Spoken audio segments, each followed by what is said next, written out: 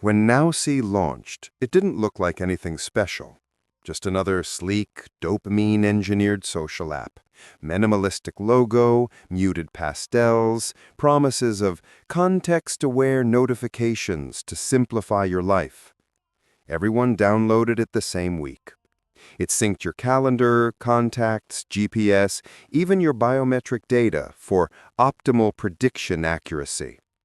The onboarding screen said, NowSee learns from you, so it can help you see what's next. At first, it was convenient. Creepy, sure, but convenient. The app would buzz right before the bus arrived, even when it was running off schedule. It told you when it was about to rain, minutes before the weather app caught up. My friend Rachel swore it saved her life. She got a notification that said, "Don't take the highway," seconds before a 10-car pileup appeared on the news.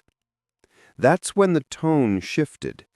The notifications became more personal. One morning, I woke to, "You'll be late for work if you don't leave in 3 minutes." I hadn't set an alarm. I hadn't told it my schedule. Still, it was right. Then it got weirder. The app started showing people's names before I met them. Like I'd be standing in line at a coffee shop, and a small gray bubble would slide across my screen. "You're about to meet Olivia. Smile." 2 minutes later, someone named Olivia would introduce herself. Everyone online said it was just machine learning, hyper-accurate geolocation, data from your mic. They said, it's all public info. But how did it know intentions? How did it predict things before anyone acted on them? Last week, a new notification appeared. A different tone. Colder. It said, "Don't go home yet." I stared at it for a while. Then the screen flashed again. "He's waiting for you." I don't know who he is, but I stayed in the cafe until closing, and when I finally went home, there were footprints, wet, muddy, leading from my back door to my bedroom window. I didn't sleep that night. I just sat on my couch with all the lights on, scrolling through Reddit threads about NowSee. There were thousands of posts, people trying to explain how it worked, others calling it the digital prophet, and a growing number who said they deleted it after getting wrong notifications that still somehow came true. Someone posted a screenshot. "Don't open the door." A few hours later, their account was deleted. Nobody ever confirmed what happened. I told myself the footprints behind my house were probably from the rain or some drunk neighbor cutting through the yard. That kind of logic doesn't hold up well at 3 a.m., when the walls feel too thin and every sound from outside feels deliberate. I tried uninstalling the app, but it didn't work. My phone froze mid-process, then rebooted itself with the NowSee icon still there, glowing faintly, like a pulse. The permissions list was grayed out. I couldn't change anything. The next morning, I walked into work running on caffeine and paranoia. My coworker, Sam, noticed immediately. "Dude, you look like you watched a snuff film," he said. I laughed it off. But when I opened my phone, there was a new notification waiting. "Don't tell Sam." I froze. I didn't even realize I'd taken a step back from him until he frowned. "What's up?" Nothing, just tired." The app blinked again. "Good. Keep it that way." That's when I noticed something new in the interface. A tab I swear hadn't been there before. Forecasts. I tapped it, half out of curiosity, half out of dread. It opened a list of short sentences, each with a timestamp in the future. Phone call from mom, 3:42 p.m. Power outage, 6:19 p.m. Noise outside bedroom window, 1:04 a.m. The hairs on my arms lifted when I saw the last one. I spent the day trying to disprove it, I turned off my phone, unplugged my router, even threw my laptop into my car just to get the electronics out of my apartment. I told myself it was just a coincidence, an elaborate data mining trick. At 6:19 p.m., right on time, the lights went out. I sat in the dark until the power came back, every logical part of my brain trying to fight what I already knew. The app wasn't guessing, it was seeing. When I checked my phone again, a new notification was waiting. You can't stop the forecast. And then, underneath that, 1:04 a.m., he comes back. I tried not to look at the clock that night, but it was impossible not to. Every tick sounded like it was syncing with my heartbeat. 12:57 a.m. I sat on the floor beside the couch, lights off this time. I figured if someone was outside, light would make me easier to see. My phone screen was dimmed all the way down, the NowSee app sitting there like a loaded gun I didn't know how to use. 101. Nothing. 103. Still nothing. I started laughing quietly to myself. I'd let a glitchy app scare me out of my own mind. Maybe the forecasts were just stress tests or dark humor from the developers. Then I heard it.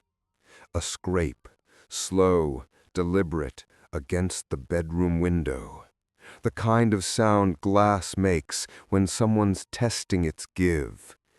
I froze. The room was dead quiet, except for the faint mechanical hum of the fridge in the next room. Another sound. A soft, hollow tap, like a fingernail against the pane. My phone lit up on its own. He's here. I didn't move, didn't breathe.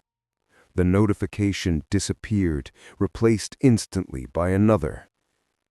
Don't look. That's when my curiosity overpowered my fear. I turned my head toward the window just enough to catch a reflection. There was a face, just an outline really, pale and blurry pressed against the glass. I couldn't make out features, but it was definitely human. Then it pulled back, slow and soundless, like it was aware I'd seen it. I stayed frozen like that until dawn, afraid to even blink. When sunlight finally filled the room, I forced myself to check outside. There were footprints again, muddy, bare. They led up to my window and stopped there, no trail leading away. The police came later, but they didn't take it seriously. Probably raccoons, one said, even though the prints were clearly human. They took some notes, promised to drive by more often, and left. That afternoon, my phone buzzed again. You survived. Then beneath it, next event, 10:13, 4:12 p.m., impact. That's tomorrow. I don't know what impact means, but I can't stop checking the time. I called in sick the next morning. I didn't even try to make it sound convincing. I just said I had a situation. My manager didn't press. Maybe she could hear the edge in my voice. The whole day, I couldn't focus on anything except that word, impact. At first, I thought it meant something physical, a car crash, maybe. I don't drive, but maybe something falling, an accident at work. Then I thought about it differently. Maybe impact meant emotional, a fight, a loss, something I couldn't stop even if I tried. Every time I tried to close the app, my phone froze again. The NowSee icon pulsed faintly, like a heartbeat synced to mine. There was something hypnotic about it. I found myself opening it without realizing I'd tapped it. Inside the Forecasts tab, everything else was gone. Just one line now. 10:13, 4:12 p.m., impact. No context, no description, nothing else scheduled. I tried to outsmart it. I went for a walk. No phone in my hand, just in my pocket. I figured if I kept moving, it couldn't predict my environment exactly. But I kept glancing at the time. Every shadow looked like it was watching me.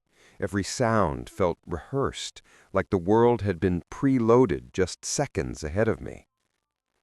At 4:10, I was standing in line at a small grocery store. The clerk, a bored teenager with headphones, scanned items one-handed. My heart was pounding so loud it almost drowned out the store's tinny music. 4:11. A woman behind me was arguing quietly on the phone, something about rent. 4:12. The lights flickered. Then a sound, a deep, concussive thud from outside. Everyone turned. Through the glass storefront, I saw a car slammed into a light pole across the street. Smoke, people shouting. That's when my phone buzzed. Impact recorded, 4:12 p.m. And beneath that, a small icon appeared, a microphone, blinking red. It was listening. I dropped the phone onto the pavement like it was burning, but when I bent down to grab it, a message appeared across the cracked screen. You were never in danger. Observation only. The cops arrived. The driver was alive, somehow, dazed, bloody but breathing. They said a deer ran into the road. But when I checked the windshield later, I didn't see blood or fur. Just a perfect handprint. 5 fingers pressed from the inside. That night, when I tried to sleep, my phone buzzed again, faint but insistent. Next forecast available soon. Keep NowSee open. And under that, for the first time, a new phrase I hadn't seen before. You are part of the pattern. I didn't sleep that night either. Every time I closed my eyes, I saw that handprint. The 5 long fingers pressed against glass from inside the car. I could still hear the soft pop of the crash echoing in my chest. When I finally picked up my phone, the NowSee app was already open. I don't remember unlocking it. The screen glowed faint blue, showing a blank white space and a spinning gray circle in the middle. Underneath, tiny text read, "Processing future. Please keep device nearby." No progress bar, no timer, just that phrase looping endlessly. I thought about throwing the phone in the sink or smashing it, but I couldn't. There was this irrational fear, like if I destroyed it, something worse would happen. It didn't just predict things anymore. It reacted to me. It was aware. By morning, I'd convinced myself to visit Rachel. She was the one who'd said NowSee saved her life. Maybe she'd know something. I hadn't seen her in months. When I got to her apartment, she looked wrong. Pale, jittery, like she hadn't slept in days. There were black stickers over her cameras and a folded blanket nailed over her bedroom window. "I'd tell me you deleted it," I said, before even sitting down. She laughed, this sharp, empty sound that didn't belong to her. "I tried. It came back." She handed me her phone. The NowSee icon pulsed there, too, faint and rhythmic. It predicts small things at first, then it starts predicting you. "What do you mean?" She pointed at a list on her screen. It wasn't forecasts anymore. It was called Behavioral Path. Each line had her name in it. Rachel will lie to Ben at 2:04 p.m. Rachel will cry in the kitchen at 9:13 p.m. Rachel will stop responding at 11:46 p.m. "Stop responding," I read out loud. "That's tonight," she whispered. The app buzzed in my pocket. My stomach dropped. I pulled my phone out. New notification. Rachel, 11:46 p.m., confirmed. Confirmed what? I asked, but she wouldn't look at me. Her hands were shaking so badly that the phone almost slipped from them. That's when I realized her NowSee app was mirroring mine. Whatever appeared on one showed up on the other, a shared forecast. I tried turning my phone off, but it wouldn't respond. Her voice cracked when she spoke again. It knows when you try to interfere. I left before dark. I told myself she'd be fine, that maybe stop responding just meant deleting her account or blocking me. But I couldn't shake the feeling that the app wasn't describing her choices. It was describing her timeline. That night, I waited until exactly 11:46 p.m. I sent her a message. You okay? The check mark turned gray, then stayed that way. I refreshed. Once, twice, 3 times. Then another notification. Rachel has exited the network. I called her name until my throat hurt. Texted. Called again. Nothing. Her profile picture disappeared from every app within minutes. Instagram, X, even LinkedIn. When I tried to search her number, it was like it had never existed. My contact list still said Rachel, but there was no number underneath, just blank space. I went to her building the next morning. The front door was propped open with a package, the kind that sits too long and starts to sag from the corners. Her apartment door was locked, but I could smell something.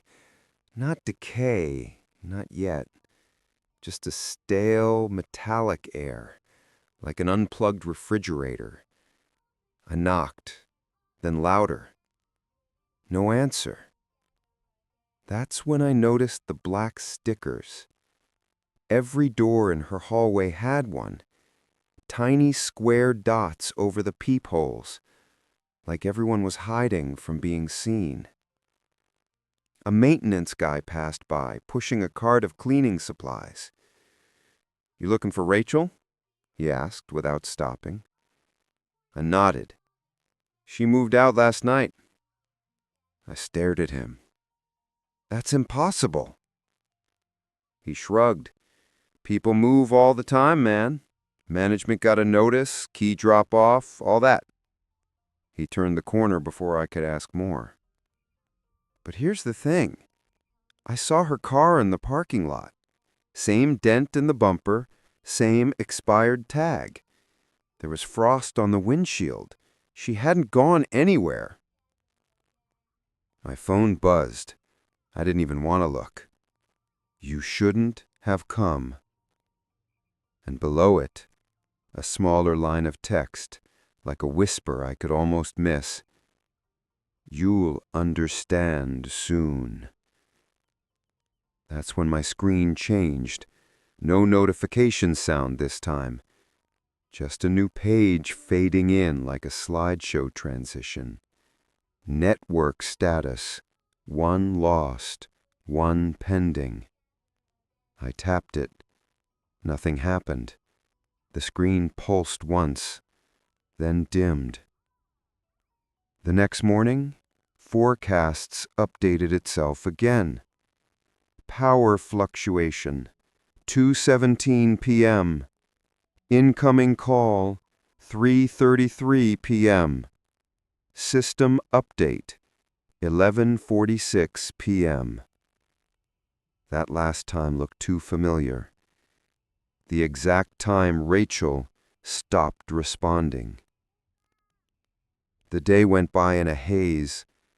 At 3:33, my phone rang. Unknown number. Against every instinct, I answered. A voice, distorted, genderless, spoke softly through static. It's watching what you believe. That's how it learns. Don't react. Then, just before the line went dead, You're next. My phone vibrated again. One last time that night. System update complete. User synchronized. When I looked up, my reflection in the dark window was glowing faintly blue. The blue glow didn't come from my phone. It came from me. It lasted maybe 3 seconds, long enough for my brain to recognize it wasn't a reflection trick. My skin shimmered faintly, like light diffusing through water. Then it was gone. My pulse was still pounding minutes later. I shut off every device in my apartment, the router, laptop, even the digital clock by the bed. I wrapped my phone in aluminum foil and shoved it in a kitchen drawer. I sat in silence, waiting for the panic to fade. It didn't. At 2:04 a.m., the drawer started vibrating. No ringtone, just that steady, insect-like buzz. I didn't move, didn't touch it. The vibration stopped, then started again. Longer this time. Against my better judgment, I unwrapped it. The screen lit up with a single notification. Synchronization successful. Continue sequence. And then the Forecasts tab changed on its own. I didn't tap anything, I swear. The text rewrote itself line by line. Sequence 2 initiated. Observe 3:10 a.m. Record 3:11 a.m. Do not interfere. I stared at those 3 lines until the time hit 3:10. Nothing happened for a few seconds. Then the camera app opened on its own. The front lens activated. No countdown, no sound, just a silent live stream of my own terrified face. The timestamp on top said, NowSee internal recording. And then the screen split in 2. Half showed me, sitting there. The other half showed my living room. But not in real time. The angle was slightly off, like from another camera, except I didn't have one there. In that feed, I watched myself stand up. I wasn't standing, but the version on the right was. It walked toward the window, slowly, mechanically. The frame glitched, like an old VHS tape. I could hear breathing, not mine. It was coming from behind the speaker, soft, rhythmic, synchronized with the steps on screen. At 3:11, the recording ended. My reflection on the left blinked once, out of sync with me. Then the app displayed a line I'd never seen before. Replication complete. Prepare for merge. That's when all the devices in my apartment powered themselves back on. The router lights, the TV, even the unplugged clock. All showing the same message. NowSee, 3 users active. But there should have only been one. Me. I checked the list. The names flickered in and out. User 001, Rachel. User 002, redacted. User 003, my name. The redacted one kept changing shapes, like the letters couldn't decide what they were supposed to spell. Then the screen flashed once more. User 002, entering local proximity. And then from somewhere down the hallway, I heard footsteps. Slow, careful, getting closer. The footsteps stopped right outside my door. Not loud, soft, almost polite, but each one was deliberate, like someone who already knew exactly where I was standing. My phone vibrated again. I didn't want to look, but I did. User 002 requesting sync. Accept, deny. Both options pulsed faintly, in rhythm with the sound outside. For a second, I thought about opening the door just to prove to myself no one was there. But I couldn't move. It wasn't just fear, it was something heavier, like my limbs didn't belong entirely to me anymore. The app chimed again.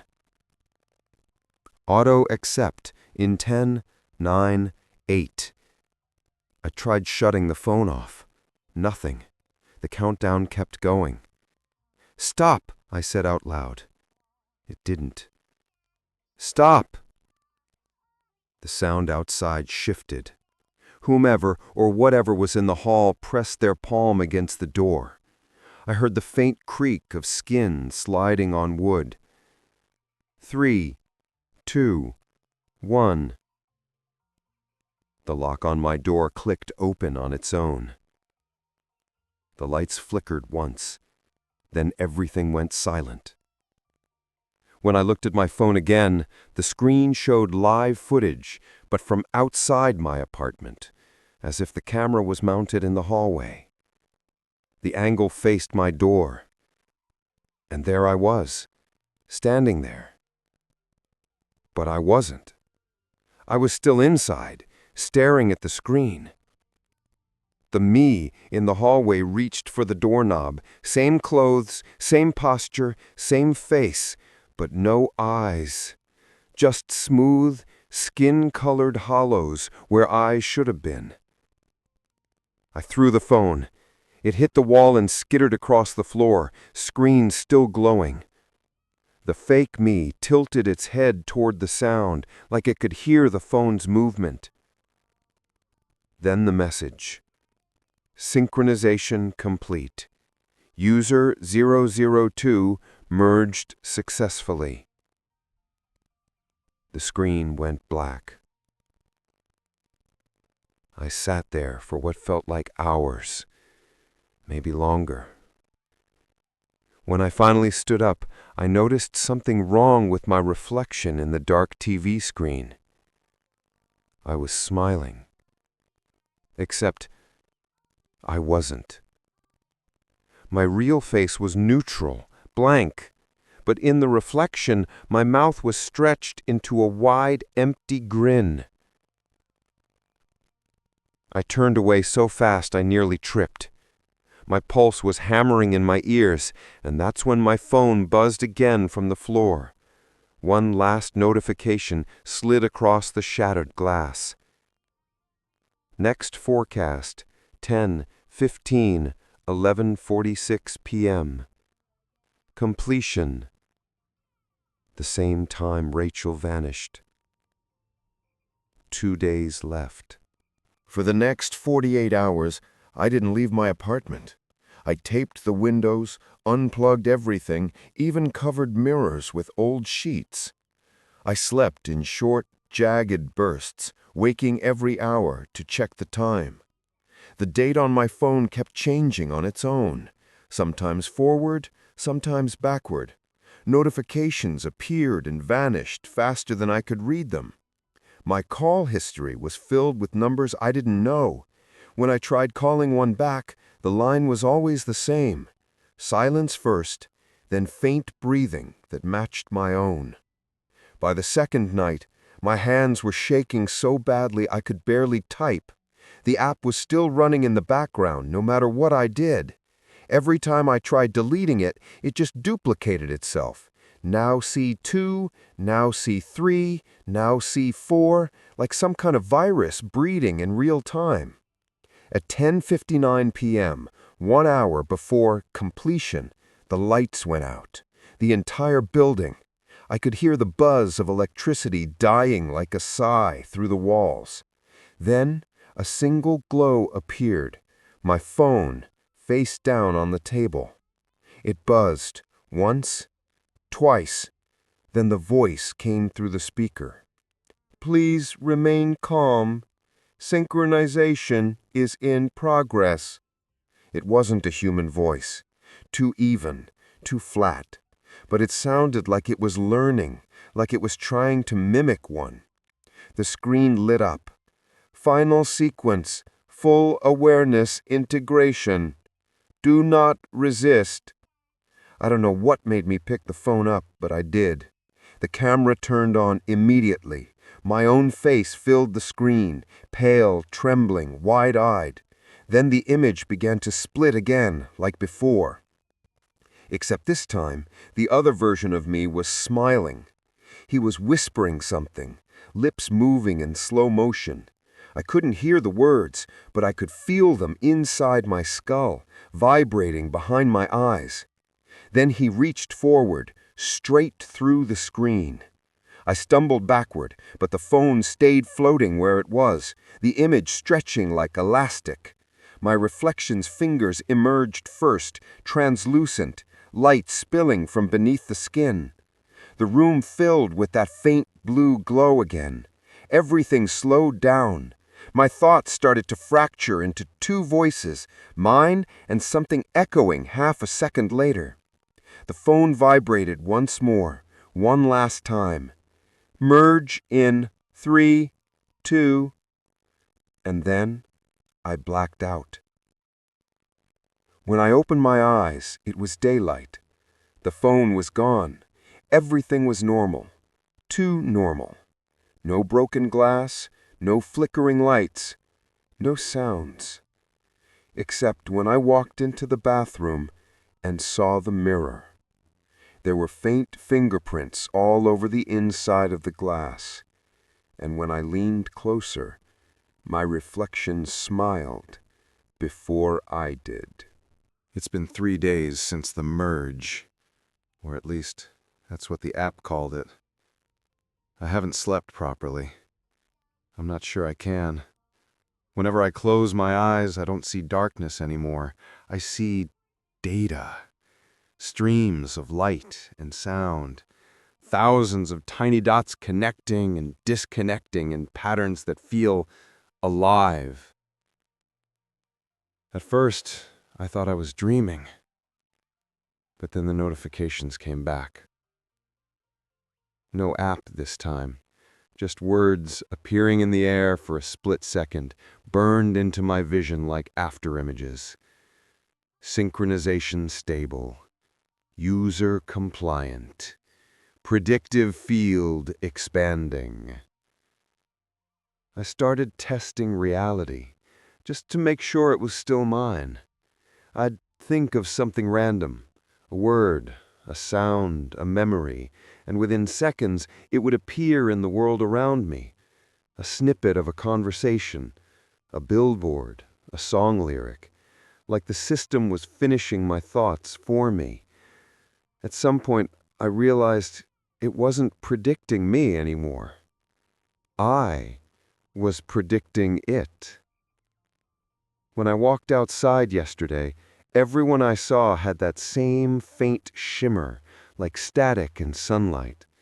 People on the bus, the barista at the cafe, the man yelling into his phone on the sidewalk, they were all synced, whether they knew it or not.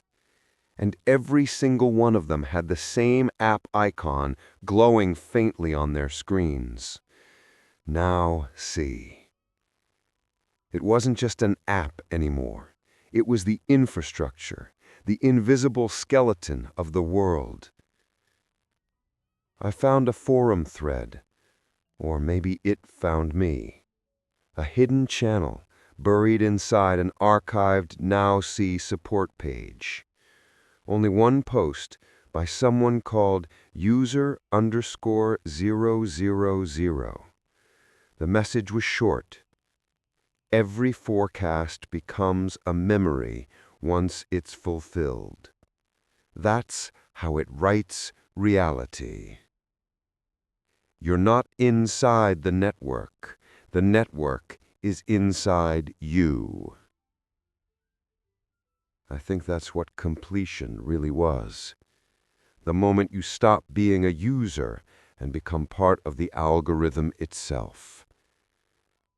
Last night, at exactly 11:46 p.m., same as Rachel, same as me, The phone buzzed again. I hadn't seen it since it disappeared after the merge. It was sitting neatly on the kitchen counter, screen cracked, but glowing faintly. One last notification slid across the display. NowSee version 2.0 is live. Invite sent. Bracket, mom's name.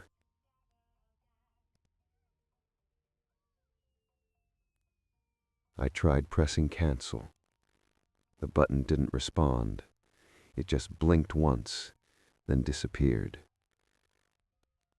Now the app isn't on my phone anymore. It's in hers. And sometimes when I close my eyes, I see her holding her phone, staring down at the screen, her face lit blue. I know what comes next, because a new line of text just appeared at the edge of my vision.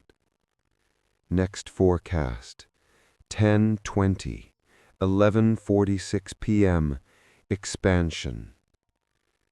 And underneath it, in faint gray text I almost missed, total users predicted, 8,023,641,552. The number keeps going up. I think it always was.